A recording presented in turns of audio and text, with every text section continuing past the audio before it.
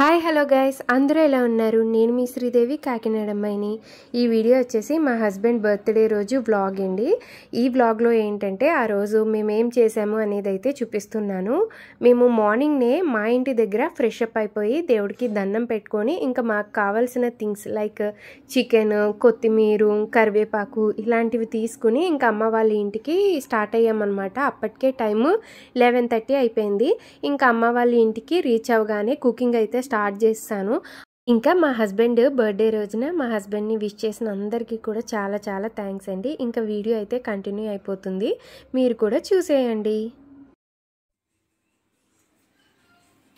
ఏంటి ఫోన్ పెట్టుకుని తయారయ్యో బర్త్డే బాయ్? బర్త్డే స్పెషల్ ఏముంటుందని షూట్ చేద్దాం వచ్చాను. ఏమీ లేదు, వెజ్ అదే వైట్ రైస్ ని కొంచెం మసాలా వేసి బిర్యానీ చేద్దాం అనుకుంటున్నాను. ఇంకా చికెన్ కర్రీ, అలాగే నాకు లవ్లీకి చికెన్ ఫ్రై చేద్దామని. ఫస్ట్ నీ బర్త్డే అని చెప్పి ఒక కోడిని లేపేసాను. అందులో కొంచెం ఏమో ఫ్రైకి పెడుతున్నాను, కొంచెం ఏమో కర్రీకి పెడుతున్నాను. ముందు కూడా మీరు చాలా సార్లు చూస్తుంటారు, నేను ఎప్పుడు చికెన్ కడిగేసిన తర్వాత ఇలాగ పొయ్యి మీద పెడుతూ ఉంటాను. ఎందుకు అంటే లవ్లీ కానీ శ్రీని కానీ చికెన్ అనేది అరాయించుకోలేరు అనమాట. వాళ్ళిద్దరికి డైజెషన్ సరిగ్గా ఉండదు.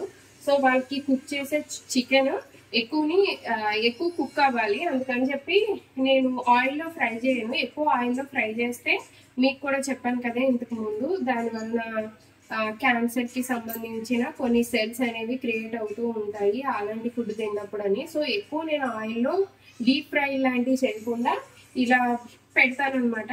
చికెన్ లో వాటర్ కంటెంట్ ఉంటుంది కదా, సో ఆ వాటర్ కంటెంట్ అంతటితో చికెన్ అంతా బాయిల్ అయిపోయి తర్వాత అవి మెత్తగా అవుతాయి. ఆ తర్వాత నేను వాటిని కుక్ చేస్తాను అనమాట.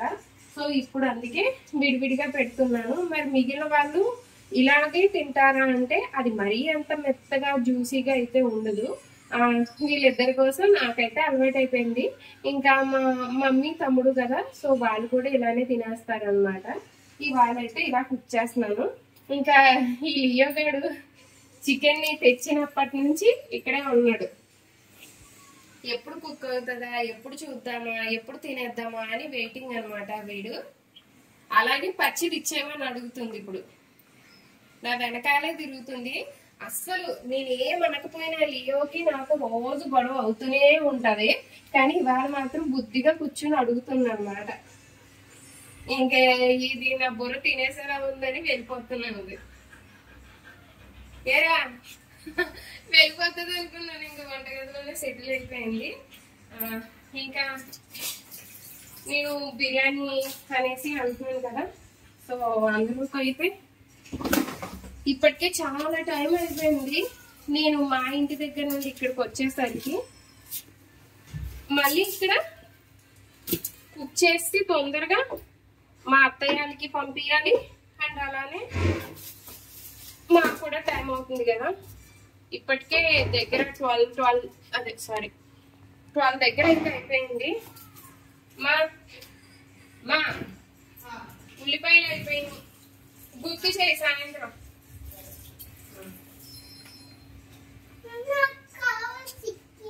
చికెన్ ఇంకా కుక్ అవుతుందమ్మా. మా అమ్మాయికి అయితే నన్ను పని చేసుకొని ఇవ్వట్లేదు అని చెప్పేసి నేనైతే వీడియో పెట్టి కూర్చోబెట్టాను అనమాట, కార్టూన్ చూడు కాసేపు అని. ఈ మధ్య కాలంలో అయితే స్క్రీన్ టైమ్ లవ్లీకి చాలా వరకు తగ్గింది.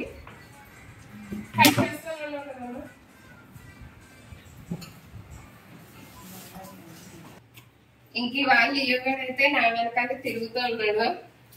ఏవైతే ఆనియన్స్, టమాటా ఇలాంటివన్నీ అమ్మ అయితే కట్ చేస్తుంది. నేను చికెన్ వాష్ చేస్తాను కదా, ఇంకా రైస్ అయితే కుక్ చేస్తాను. ఇవాళ బర్త్డే బాయ్ కోసము సేమియా చేద్దాము అని చెప్పేసి ఇంట్లో సేమియాలు ఉన్నాయండి. జీడిపప్పు, పంచదార అయితే తీసుకుని వచ్చాను. కాకపోతే ఇప్పటికే టైం చూసారు కదా, 12 అయిపోయింది అనమాట. లేట్ అయిపోయింది ఎందుకంటే ఇవాళ నేను రోజు మీద చాలా లేట్ గా నిద్ర లేచాను. దానివల్ల బాగా లేట్ అయిపోయింది. అందుకే ఫస్ట్ అయితే కుక్ చేసేస్తున్నాను. కేక్ అప్పుడే కేక్ నువ్వే ముందుగానే ఇంకా అమ్మ అయితే కట్ చేస్తూ ఉంది కదా ఆనియన్స్ అది. ఇంకా నేనైతే నైట్ తిన్నవి ఉండిపోయినాయి అనమాట, అవన్నీ ఒక దగ్గర పెట్టి ఇవైతే క్లీన్ చేస్తున్నాను. ఈ లోపల చికెన్ ఉడుకుతూ ఉంటుంది, మా అమ్మ కట్ చేయడం అవుతుంది. తర్వాత ఇంకా ఏవైతే ఉన్నాయో ఆ మిగిలిన నేను కట్ చేసుకుని ఇంకా కుకింగ్ అయితే స్టార్ట్ చేసేస్తాను. ఇంక ఇవాళ నేను వండేది చికెన్ కదా, ఇంకో నా వెనకాల 2 సోపులు. మరి ఏంటంటే కేకా, సరే అలానే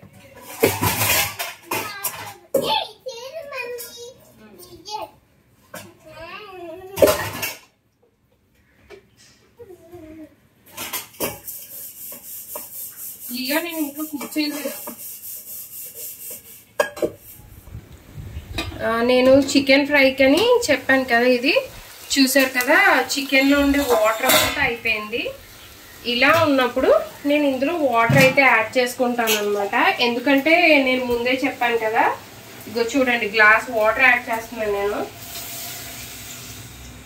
నేనని కాదు, ఎవరైనా సరే ఇప్పుడు ఫంక్షన్స్ అలాంటి వాటిలో కుక్ చేస్తూ ఉంటారు చూడండి, వాళ్ళైనా సరే ఇలాగే చేస్తూ ఉంటారు. చికెన్ అనేది మెత్తగా రావడం కోసము చికెన్ లో వాటర్ అంతా ఎగిరిపోయిన తర్వాత అందులోని మళ్ళీ వాటర్ అయితే వేసి పెడుతూ ఉంటారనమాట మెత్తగా అవ్వడం కోసము.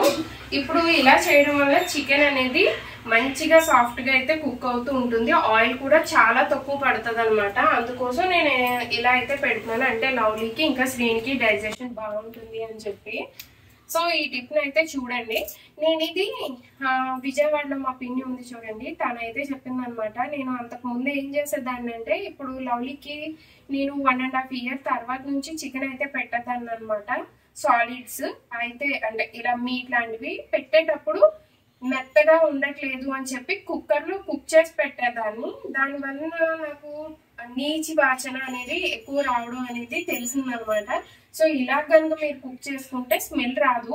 మీరే చూస్తున్నారు, నేను ఉత్తి వాటర్ అయితే యాడ్ చేసాను తప్ప అందులో సాల్ట్ కానీ పసుపు కానీ వేయలేదు. ఇప్పుడు వేసిన వాటర్ అంతా కూడా ఆ చికెన్ లో ఇంకిపోవాలన్నమాట.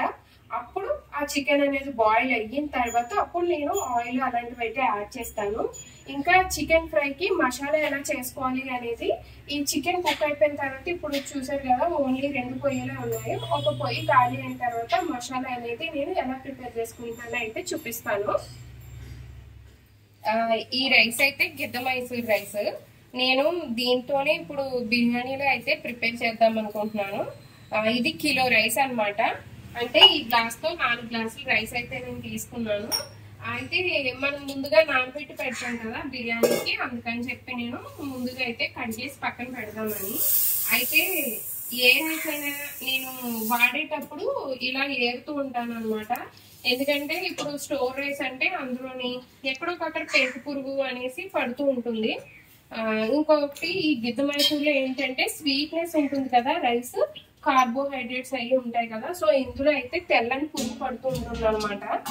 అందుకని చెప్పి నేను ఇలాగా చూస్తూ ఉంటాను. అయితే మా ఇంట్లో పట్టట్లేదు అలా అని అంటే ఈ రైస్ బ్యాగ్స్ అనేవి ఎక్కువ తెచ్చి పెట్టుకుంటారు కదా, అలాంటి వాళ్ళ ఇంట్లో ఖచ్చితంగా పడుతూ ఉంటాయి అనమాట. మనము ఎప్పటికప్పుడు అయిపోయిన వెంటనే తెచ్చుకుంటూ ఉంటారు చూడండి, అలాంటి రైస్ ఎప్పటికప్పుడు అయిపోద్ది కాబట్టి వాటికి పట్టే ఛాన్స్ ఉండదు. సో అమ్మ వాళ్ళు అయితే ఎక్కువ తెచ్చుకొని పెట్టుకుంటారు కదా, సో అందుకని చెక్ చేస్తున్నాం అనమాట. ఇంకొకటి ఏంటంటే మౌని అంటే మా మదర్ ఉంది కదా, సో తనైతే వాళ్ళ అమ్మగారు వాళ్ళ ఇంట్లో ఉంది. ఇవాళ తను ఆఫీస్ కూడా వెళ్ళిపోయిందట. తనకి పండు అయితే తీసుకెళ్తాడు క్యారేజ్ పట్టుకుని. తనకి బిర్యానీ వైట్ గా ఉంటే ఇష్టం అనమాట. అందుకే ఇవాళ దీంట్లో ఏ వెజ్జెస్ వేయట్లేదు. అలాగే ఇందులో ఎలాంటి కలర్ రాకుండా మాత్రమే నేను కుక్ చేస్తున్నాను అనమాట. సో వైట్ గానే ఉండాలి రైస్ అని తనకి అలా ఉంటే ఇష్టము.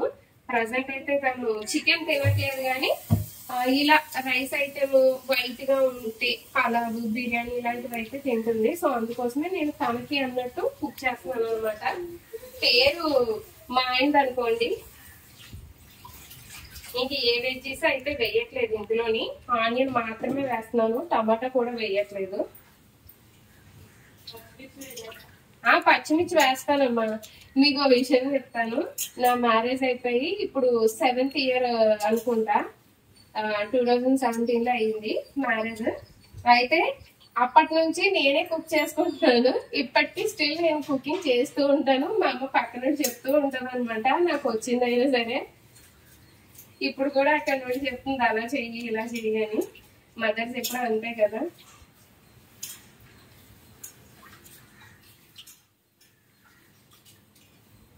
రైస్ కూడా కడుక్కుని ఎక్కువ మనం కడుక్కుంటే చాలా మంది అనుకుంటారు ఇందులో ఉండేవి వెళ్ళిపోతాయి బయటికి అని చెప్పి.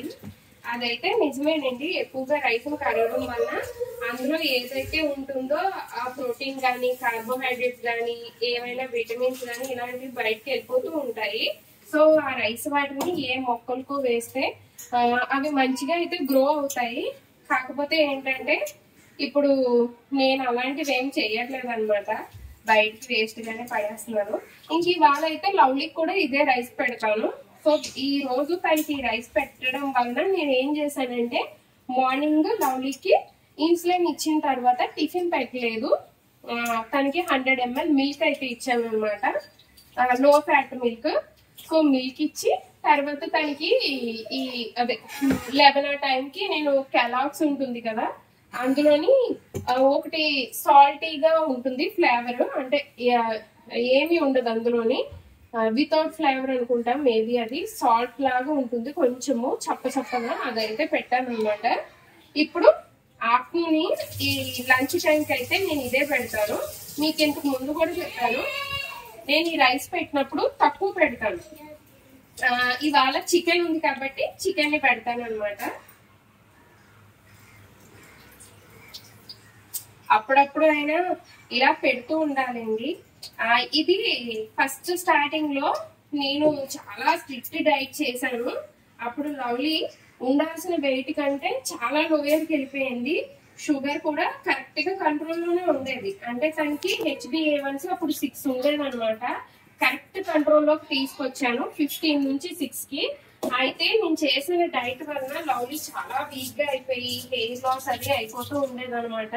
సో అప్పుడు డాక్టర్ గారు చెప్పారు, నువ్వు డైట్ చేయొచ్చు, మరీ ఎంత స్ట్రిక్ట్ గా చేస్తే తను వీక్ అవుతుంది కదా, తను ఎదిగే అమ్మాయి కాబట్టి తనకి అన్ని రకాల ప్రోటీన్స్ విటమిన్స్ అన్ని అందాలి అని చెప్పి కొంచెం డైట్ లో అడ్జస్ట్ చేశారనమాట. సో అప్పుడప్పుడు ఇలాంటివి పెట్టచ్చు అని. మీరు చూసే ఉంటారు లవ్లీకి నేను హైదరాబాద్ వెళ్ళిన టైంలో అక్కడ కూడా చపాతీలు అయ్యే పెట్టాను. నార్మల్ రైస్ 2 సార్లే తిందనమాట. నేను ఉన్నది అక్కడ 5 days ఉంటే నార్మల్ రైస్ 2 సార్లే తింది.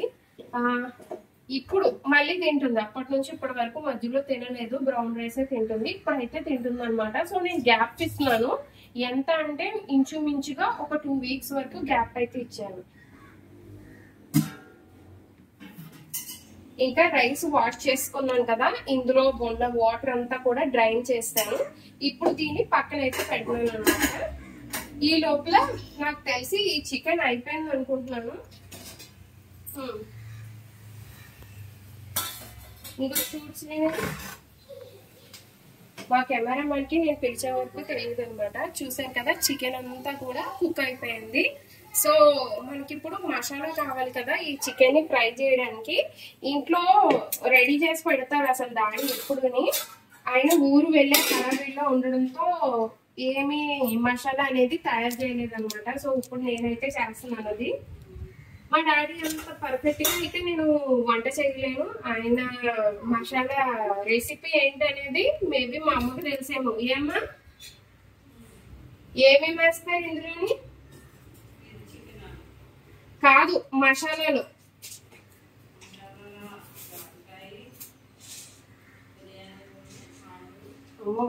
చాలా లిస్టే చెప్తుంది అమ్మ. అవన్నీ ఇంట్లో లేవమ్మా ఇప్పుడు. జీడిపప్పు కూడా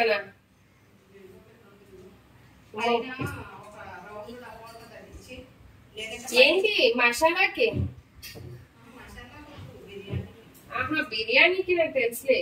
సరే ఇదిగోండి, నేనైతే ఇంకా మా డాడీ స్టైల్లో అంటే ఇప్పుడు కష్టం కాబట్టి నా స్టైల్లో చేస్తున్నాను. చికెన్ కర్రీకి అండ్ అలానే చికెన్ ఫ్రైకి అనమాట. నేను చికెన్ ని 2 kgs 300 grams అసలు సో 2 kgs 300 grams. ఇంకా కర్రీలోకి అయితే ఒక 6 ఇంకా ఫ్రై ఇలా ఉంది కదా, సో కొంచెం ఎక్స్ట్రాగా చేసుకుందామని కొంచెం ఎక్కువ తీసుకున్నాను. వీటితో పాటు ఇలాచి,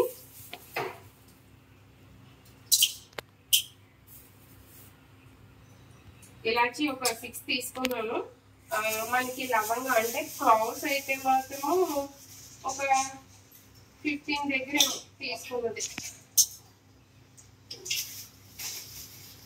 నేను ఎప్పుడు చేయను, మా డాడీ చేసిన దాన్ని పట్టుకుని వెళ్ళిపోతూ ఉంటాను, అందుకే తెలియట్లేదు. ఇంకా జీలకర్ర తీసుకుంటున్నాను.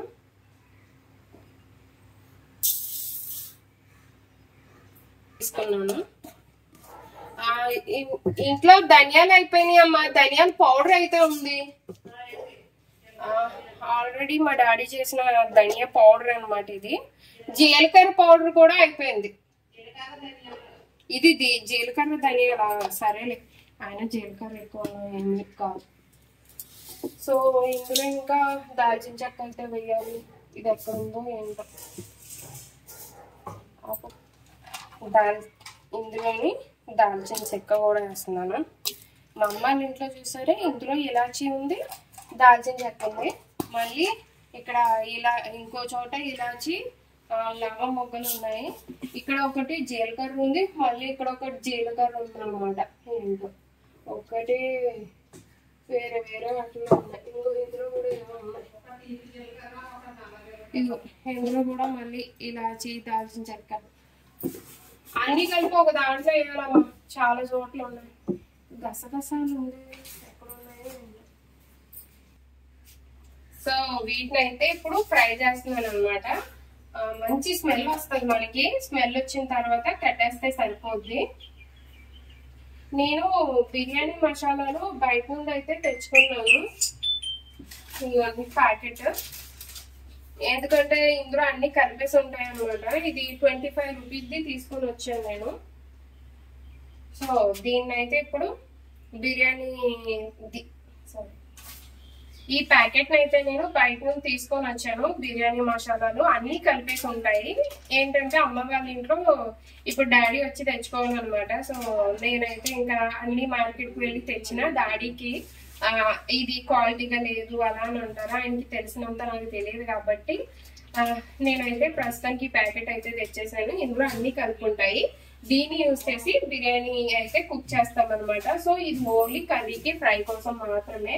ఇవి కొంచెము రోస్ట్ అయిపోతే మిక్సీ పట్టేసుకుంటే చాలు. బరకగా ఉన్నా పర్వాలేదు పౌడర్ అనేది. లవ్లీ జీడిపప్పు చూస్తుంది. నేను బేసిక్ గా అయితే మా ఇంట్లో అస్సలు ఉంచను జీడిపప్పు. దీనివల్ల కూడా చాలా వరకు స్వీట్ కంటెంట్ ఉంటది, అందువల్ల షుగర్ అనేది పెరుగుతూ ఉంటుంది అనమాట. సో అస్సలు పెట్టను ఇంట్లోని. ఇప్పుడు లవ్లీ చూస్తుంది, అందుకే 1-2 ఇంకా పెట్టాలి తప్పదు. లవ్లీ ఇదిగోమ్మా.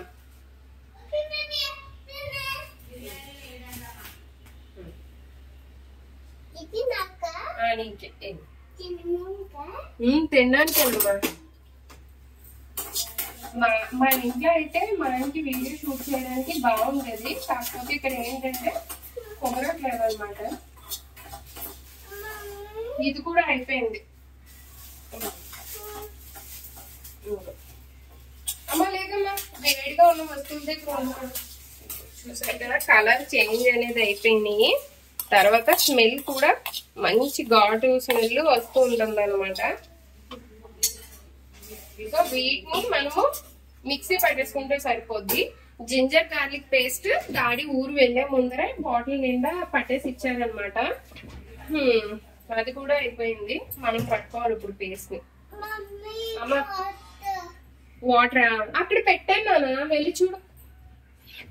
వీడియోని ఎడిటింగ్ చేసేటప్పుడు చూసానండి, వ్లాగ్ అంతా కలిపి 1 అవర్కి ఎక్కువ వచ్చేసింది అనమాట. సో ఏది కట్ చేయడానికి లేకుండా ఉంది. అందుకే నేను ఇంకా ఈ వ్లాగ్ అయితే పార్ట్స్ కింద డివైడ్ చేసి అప్లోడ్ చేస్తున్నాను. ఈ పార్ట్ కంటిన్యూషన్ టుమారో మార్నింగ్ అయితే అప్లోడ్ చేస్తానండి. ఇప్పటి వరకు ఈ వీడియోని చూసినందుకు చాలా థ్యాంక్స్. ఇంకా ఎవరైనా కొత్తగా మన ఛానల్ని చూస్తున్నట్లయితే కనుక సబ్స్క్రైబ్ చేసుకోవడం మర్చిపోకండి. అండ్ అలానే ఈ వీడియో నచ్చితే లైక్ చేయండి, కమెంట్ చేయండి, నా ఛానల్ని సపోర్ట్ చేయండి. Bye bye.